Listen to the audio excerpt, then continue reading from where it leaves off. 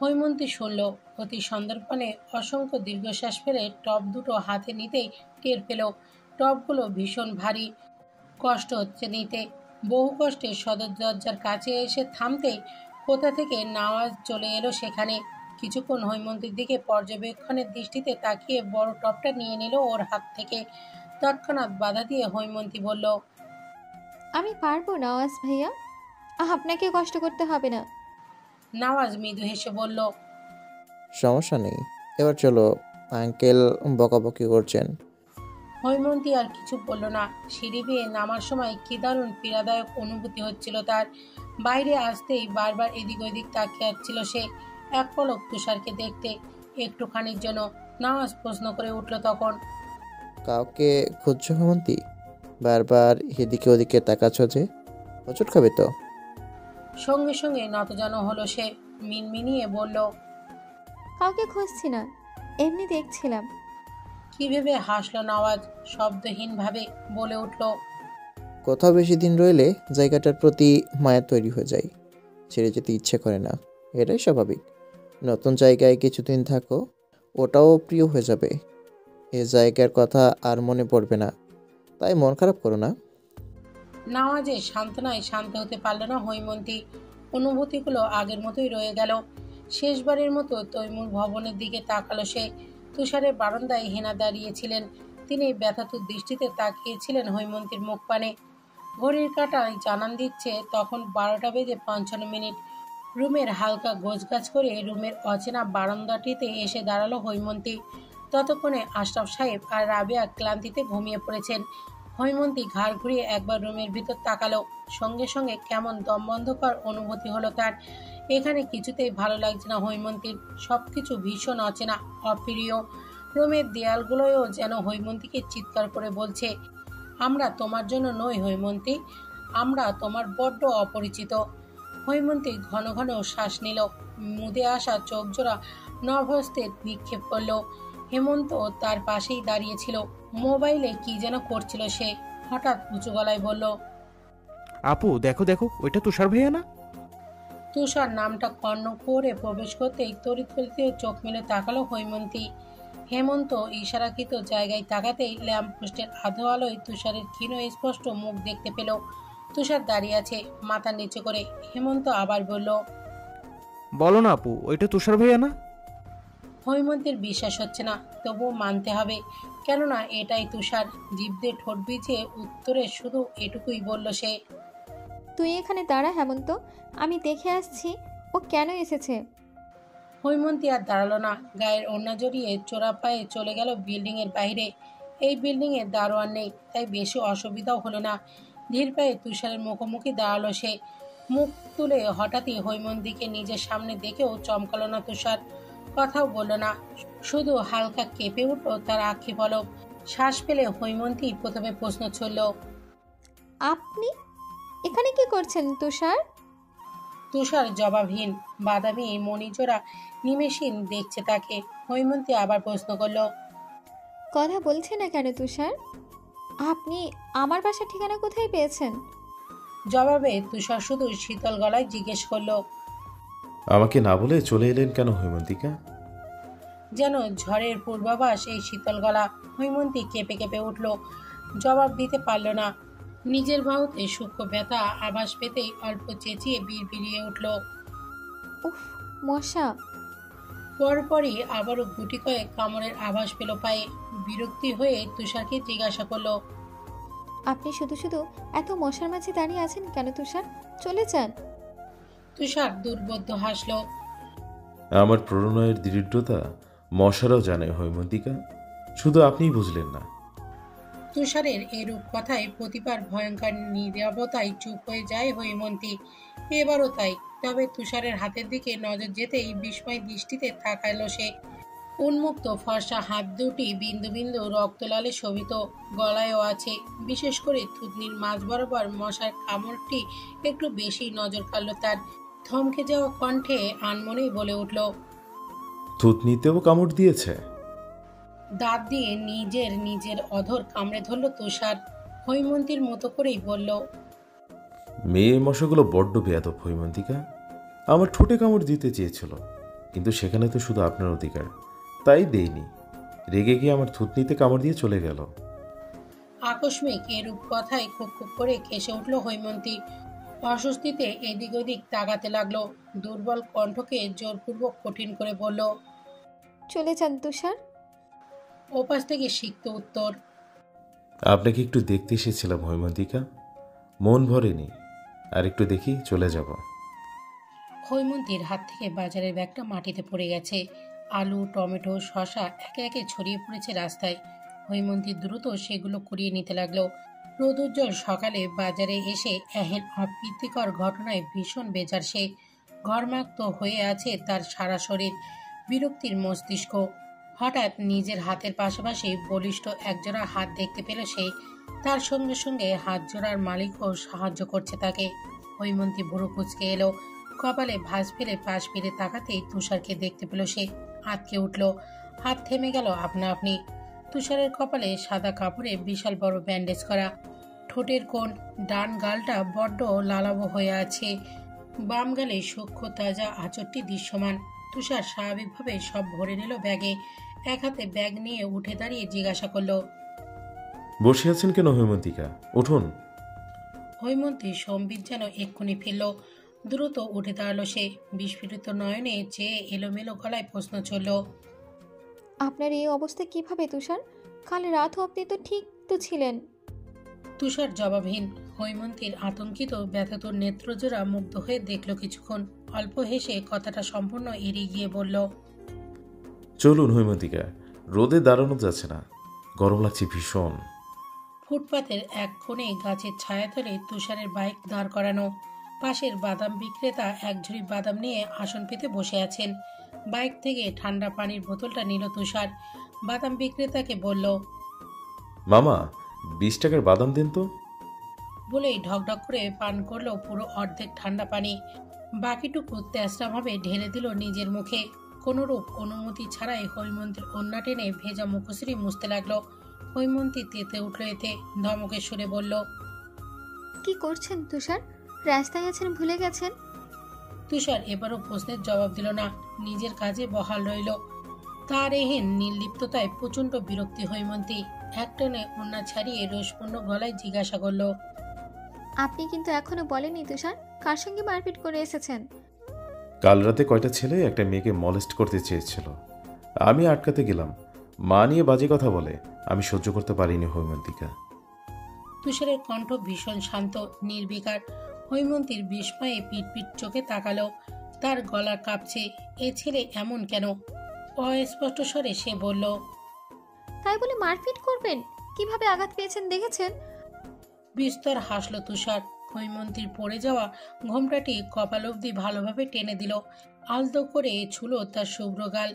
স্নিগ্ধ স্বরে আওড়ালো। আপনি আমাকে ঠিক কতটুকু ভালোবাসেন তা আপনি নিজেও জানেন না হৈমন্তিকা।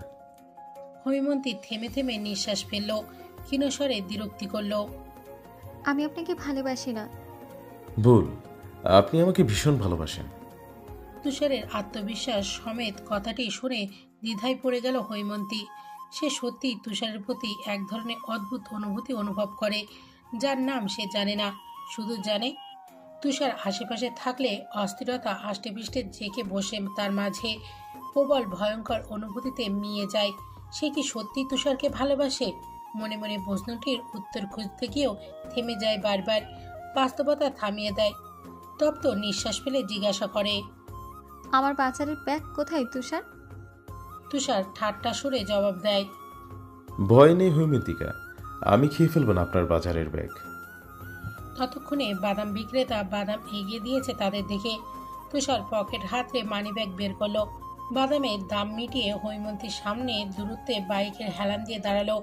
বাদামের ঠোঙাটি হৈমন্তীর দিকে বাড়িয়ে নিঃসংকোচে সিক্ত আবদার করে উঠল।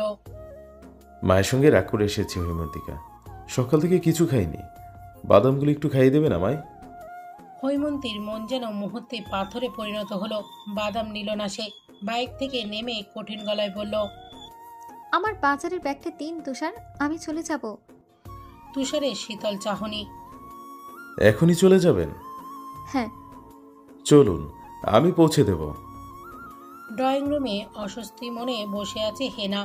কোনো এক অজ্ঞাত কারণে তুষার তার সঙ্গে কাল রাত্রে থেকে কথা বলছে না। রুমের দরজা আটকে ছিল, আজকে আবার সকাল সকালই কোথায় যেন চলে গেছে, তাকে বলেওনি।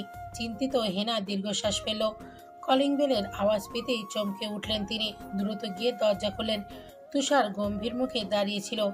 হেনা ছেলের মুখ পানে গভীর মায়াময় দৃষ্টিতে চেয়ে বিচলিত স্বরে জিজ্ঞাসা করলেন, এই শরীর নিয়ে সকাল সকাল কোথায় গিয়েছিলি তুষার? রাত থেকে কিচ্ছু মুখেও নিসনি। ক্ষুধা লেগেছে, নাস্তা পারবো? না, খাবো না। ছোট করে উত্তর দিয়ে পাশ কাটিয়ে চলে যেতে নিল তুষার। ছেলের এহেন আচরণে ভীষণ কষ্ট পেলেন হেনা। মর্মান্তিক হলো মন। করুণ গলায় বলে উঠলেন, রাত থেকে কি শুরু করেছিস তুষার? ঠিকভাবে কথা বলছিস না, খাচ্ছিস না, কেন এমন করছিস? তুষার সিঁড়ির কাছে এসে দাঁড়ালো। তীব্র ক্ষোভ নিয়ে প্রশ্ন ছুড়ল, তুমি জানো না কেন? না বললে কিভাবে জানবো? আমার দোষটা তো বল। তুমি বাবার সঙ্গে মিলে ষড়যন্ত্র করছো মা। কালকে ইচ্ছে করে তুমি আমাকে অফিসে পাঠিয়েছিলে, অথচ অফিসে কোনো কাজই ছিল না। ট্রাকের ব্যাপারে মিথ্যে বলেছ। মুখে না বললেও আমি জানি তুমি চাও হৈমন্তিকা যেন আমার জীবন থেকে চলে যায়, কিন্তু তোমাদের এই আশা কখনো পূরণ হবে না মা। আমি বিয়ে করলে হৈমন্তিকা কি করব? কথাগুলো বলেই আর দাঁড়ালো না তুষার। দ্রুত পা চালিয়ে গেল নিজের রুমে। হেনা স্তব্ধ হয়ে দাঁড়িয়ে রইলেন। মস্তিষ্ক কেমন ফাঁকা ফাঁকা লাগছে ওনার। মনে মনে আফসোস করলেন, মেয়েটার বয়স আর একটু কম হলে কি হতো। নওয়াজের বাসা থেকে বিয়ের প্রস্তাব এসেছে। রাকিব আহসান আশরাফ সাহেবের সঙ্গে বন্ধুত্বের পাশাপাশি আত্মীয়তার সম্পর্ক গড়ে তুলতে চান। আশরাফ সাহেবও এক পায়ে রাজি, কিন্তু বেঁকে বসলো হৈমন্তী। সে কিছুতেই এখন বিয়ে করবেন না। আশরাফ সাহেব এতে মন খারাপ করলেও দ্বিরুক্তি করলেন না। রুষ্ট মনে মেনে নিয়েছেন সব। পরে না হয় এই নিয়ে ভাববেন। তখন সায়ান্ন। ঘড়ির কাঁটায় 6:20 বাজে। হৈমন্তী মাত্রই নাস্তা বানিয়ে রুমে ঢুকেছে। ঘেমে নিয়ে একাকার সে। বিছানার পাশে ছোট্ট টি টেবিল থেকে গ্লাসে পানি ঢেলে পান করতেই হঠাৎ দরজায় কেউ টোকা দিয়ে উঠল। হৈমন্তী ভাবলো হয়তো হেমন্ত এসেছে, তাই অনুমতি দিয়েই বলল, আয়। পরপরই দরজা ঠেলে ভেতরে আসার শব্দ পেল সে। আবারও বলল, আজকে তো ম্যানার্স দেখাচ্ছিস যে হেমন্ত, একেবারে অনুমতি নিয়ে ঢুকলি, ব্যাপার কি? ওপাশ থেকে জবাব এলো না। খানিক বাদ পর পুরুষালী গলায় বেশ অল্প স্বরে কেঁপে উঠল। নম্র গলায় বলল, এটা আমি হেমন্তী, নওয়াজ। হৈমন্তী ভরকে গেল। পাশ ফিরে নওয়াজকে দেখে অপ্রস্তুত হয়ে পড়ল। হৈমন্তীর পোশাক আশাক ঠিক নেই।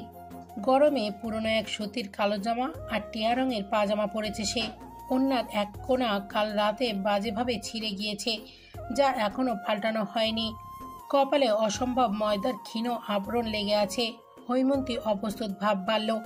এলোমেলো দৃষ্টি এদিক ওদিক তাকাতে লাগলো সে। তা দেখে মিটমিটিয়ে হাসলো নওয়াজ।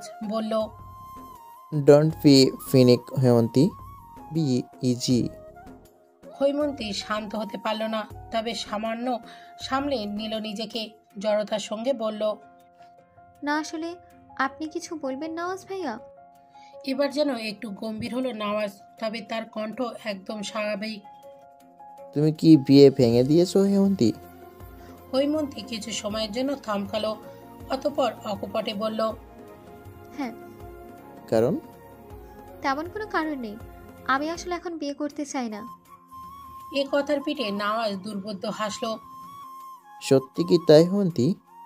আমার তো মনে হয় তুমি ওই ছেলেটার জন্য বিয়ে করতে চাইছো না। হৈমন্তী হকচকিয়ে যায়। কাপা গলায় জিজ্ঞাসা করে, কোন ছেলেটা? তুষার তৈমুর। পরিস্থিতি ভীষণ গোমট। ঘন কালো পাপড়ির নিকষ কৃষ্ণে আঁকিজোড়ায় ভয়, আতঙ্ক আর বিস্ময়ের ভিড়। নওয়াজকে প্রচণ্ড অদ্ভুত লাগছে তার। ভীতি কাজ করছে।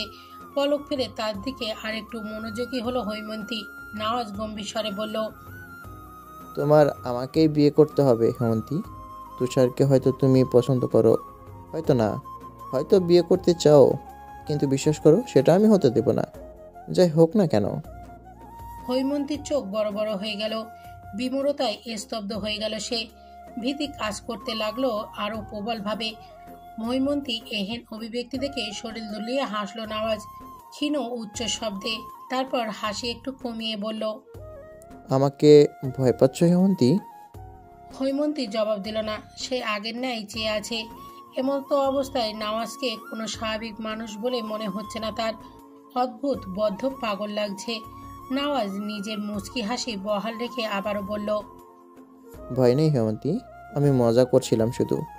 তোমার ইচ্ছার বিরুদ্ধে এমন কিছুই করব না আমি যাতে তুমি কষ্ট পাও।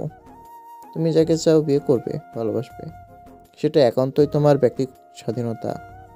যা হস্তক্ষেপ করার অধিকার আমার নেই। এটুকু শুনে স্বস্তির নিঃশ্বাস ফেল হৈমন্তী। নিমেষেই ভেতর থেকে যেন এক বিশাল বড় পাথর নেমে গেল।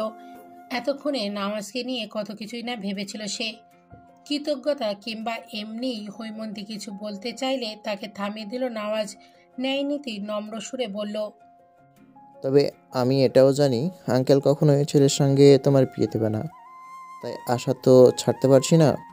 আমি তোমার জন্য অপেক্ষা করব হেমন্তী। বলে আর এক মুহূর্ত দাঁড়ানো না, সে গতিপথ বাড়িয়ে বড় বড় পা ফেলে চলে গেল রুম থেকে।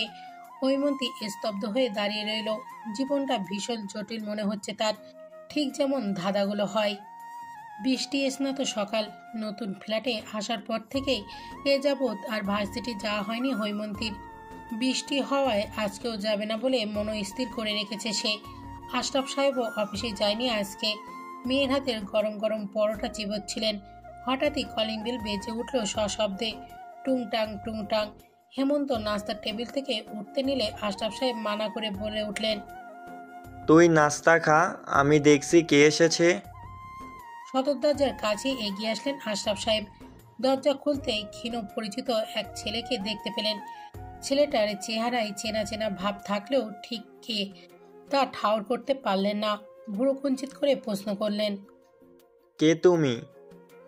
বাম হাতে সাদা আঙুলের সাহায্যে ছেলেটা তার নাকের ডগা হেলে পড়া চশমাটা ঠিক করলো। নম্র গলায় আওড়ালো, আমি হৈমন্তিকার ফ্রেন্ড আঙ্কেল, ওর সাথে দেখা করতে এসেছি। আশরাফ সাহেবের ভুরু যুগল যেন আরেকটু কোঁচকালো। আবারও প্রশ্ন করে উঠলেন, এই হেমন্তিকাটা কে?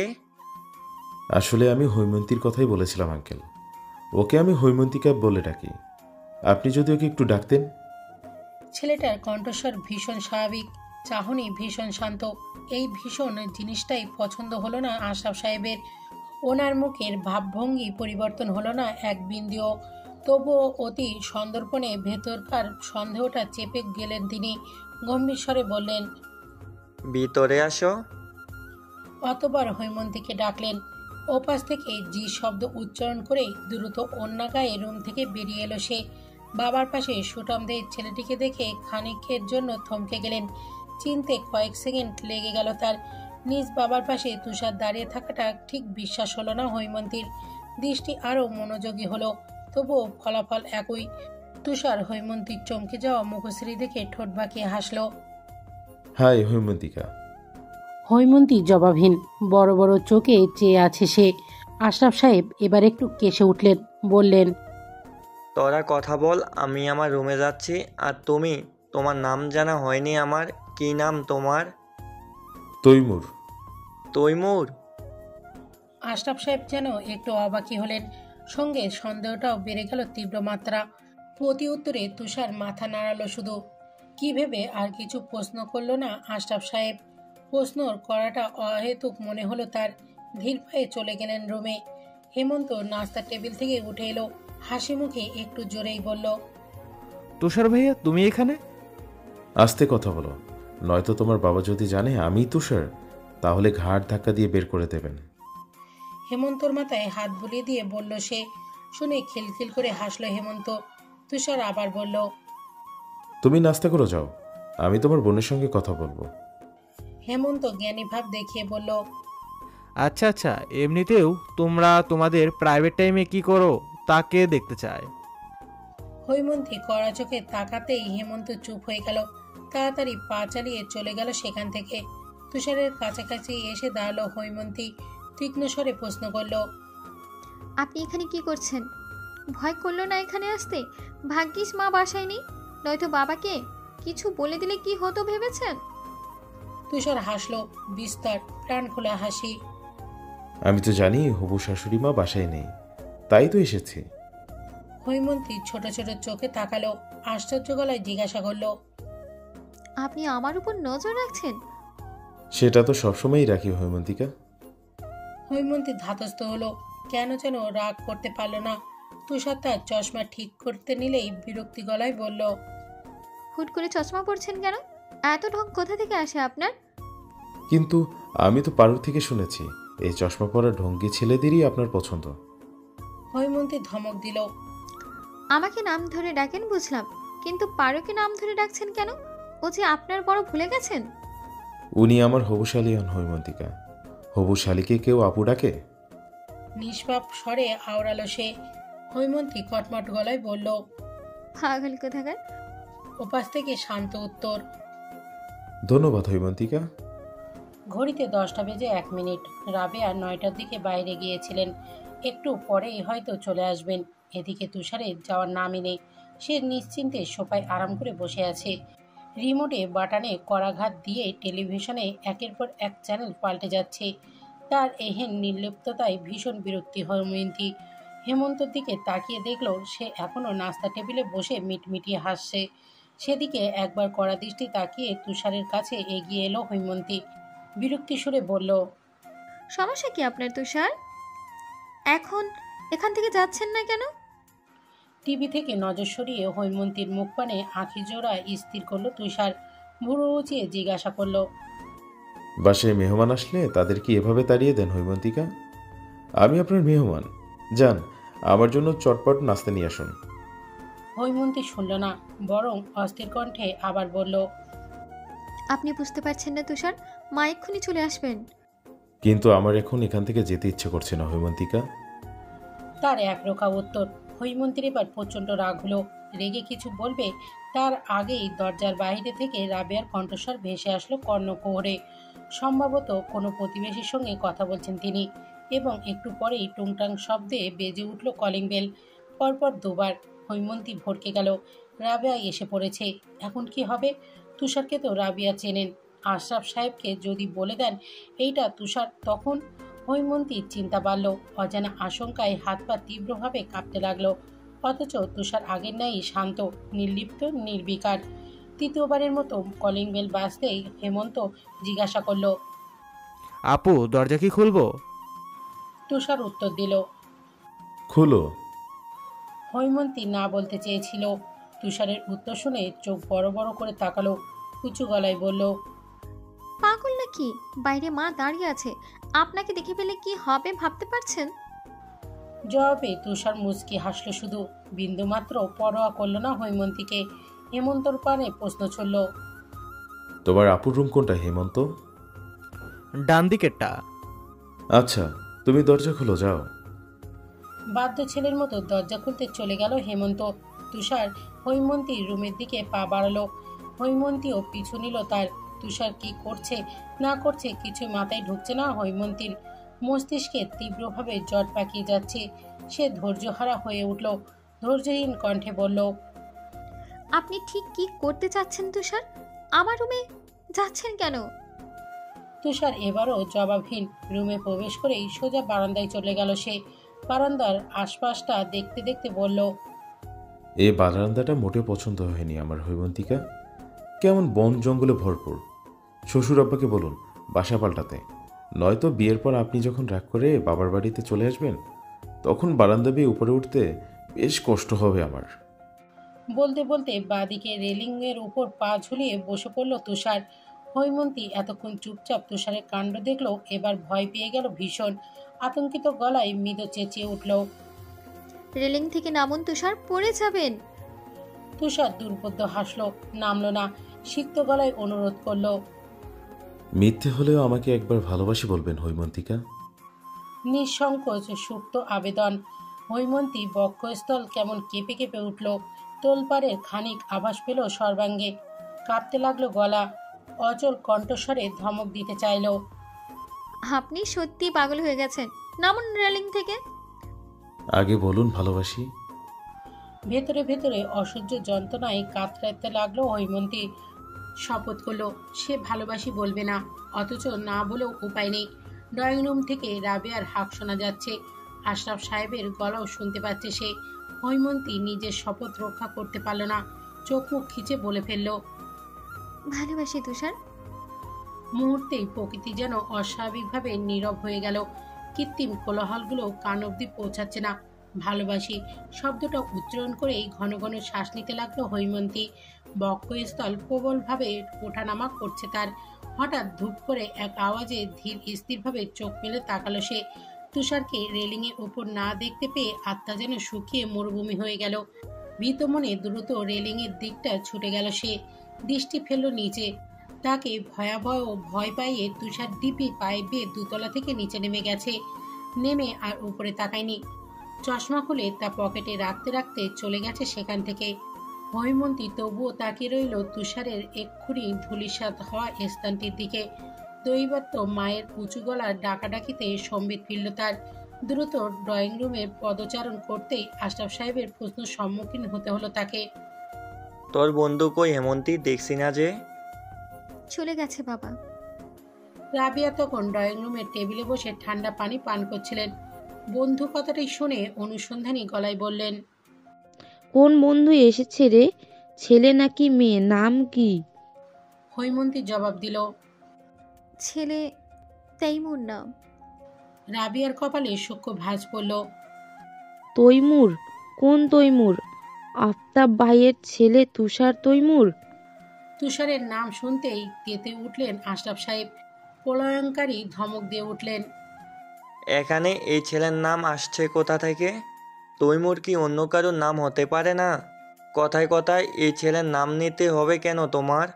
আর ভাই কিসের? হ্যাঁ, আলতাফ সাহেব কোন জন্মের ভাই লাগে তোমার? রাবিয়ার মুখ পাংশুটে হয়ে গেল। চোখ জলে চিকচিক করতে লাগলো। ছেলে মেয়ের সামনে এভাবে না বললে হতো না। তিনি নতজানু হয়ে রান্নাঘরে চলে গেলেন। হেমন্ত আর হৈমন্তীও নীরবে প্রস্থান করলো ড্রয়িং রুম। আজ কয়েকদিন পর ভার্সিটিতে এসেছে হৈমন্তী। চিরচেনা কৃষ্ণচূড়াও গাছটির ছায়াতলে বসে আছে। বই পড়ার পাশাপাশি বারবার আর চোখে ভার্সিটির মুখ্য গেটের দিকে তাকাচ্ছে সে। পাশেই বসে বসে বাদাম চিপচ্ছিল পারুল।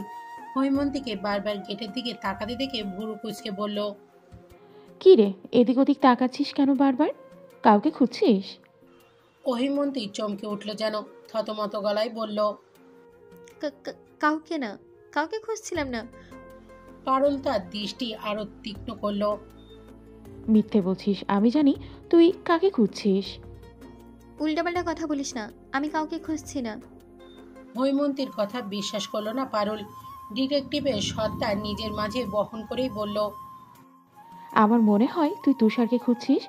ফর ইউর কাইন্ড ইনফরমেশন, ও আজকে ভার্সিটি আসেনি। হৈমন্তী আনমনেই জিজ্ঞাসা করে ফেলল কেন আসেননি? এবং প্রশ্নটা জিজ্ঞাসা করেই বিশাল বড় বিপদে পড়ে গেল সে। পারুল নামক ভয়ঙ্কর জীবটি হামলে পড়ে বলল, দেখেছিস, আমি বলেছিলাম না তুই তুষারকেই খুঁজছিস। তুষারকে তুই ভালোবাসিস, কিন্তু স্বীকার করতে চাচ্ছিস না। হৈমন্তী উত্তর দিল না। আগ্রহহীন দেখালো তাকে। পারুল নিজ থেকে আবার বলতে লাগলো, দেখ হৈমন্তী, তোর হাব ভাব বলে দেয় তুই তুষারকে ভালোবাসিস।